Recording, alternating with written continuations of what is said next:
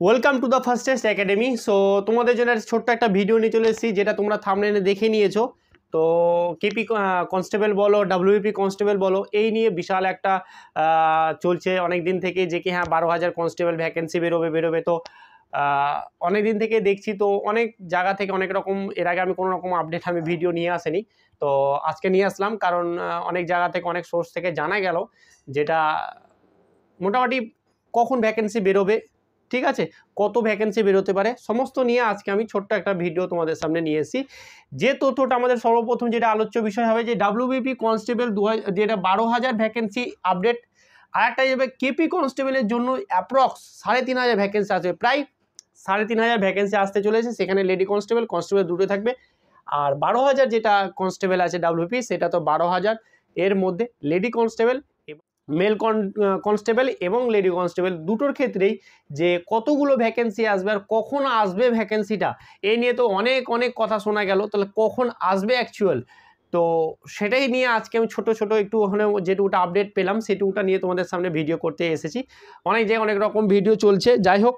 তো যে আপডেটটা হচ্ছে, যেটা হচ্ছে যে কি, তোমাদের যে ভ্যাকেন্সি নিয়ে অনেক দিন থেকে সরগোল চলছে, যে এই পড়বে তো ডিসেম্বরে, নভেম্বরে, সো তার কিন্তু অবসান অবশ্যই। আমি যত জানতে পারলাম, আমি কিন্তু যেটুকুটা জানতে, তার মধ্যে যেটুকুটাই জানা যাচ্ছে যে তোমাদের কিন্তু এই মাসেই তোমাদের এবার কিন্তু সত্যি আশা করি যে তোমাদের কিন্তু এবার ভ্যাকেন্সি বেরোতে চলেছে।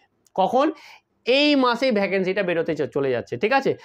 তবুও অনেকের বয়স নিয়ে নিয়ে সমস্ত কিছু একটা আন্দোলনের একটা ব্যবস্থা, অনেক কিছু সমস্ত কিছু চলছে, কিন্তু আশা করা যায় তোমাদের যাই হোক না কেন সমস্ত কিছু বাদ দিয়ে আমাদের হচ্ছে যে কি, এক হচ্ছে ডাব্লিউপি 12,000 ভ্যাকেন্সি, আর আছে কেপি কনস্টেবলের যেটা হচ্ছে প্রায় 3,500 ভ্যাকেন্সি আসবে, আবার 3,500 ভ্যাকেন্সি আসতে চলেছে প্রায়, ঠিক আছে।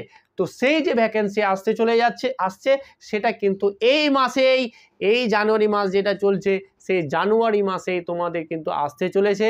কখন আসবে? আশা করে যায় জানুয়ারি মাসের সেকেন্ড উইক থেকে থার্ড উইকের মধ্যে, কারণ আমি বলবো এরকম না সেকেন্ড উইক থার্ড উইক, তবে আমার যতদূর ধারণা এই মাসেই আসবে। একটু ধৈর্য ধরো, অনেক দিন থেকে ধৈর্য ধরে বসে আছো, তো ধৈর্য ধরেই আছো অবশ্যই। তো তোমরা আরেকটু ধৈর্য ধরো, আর কিছুদিন দেখবে কি তোমাদের ভ্যাকেন্সি আসতে চলেছে।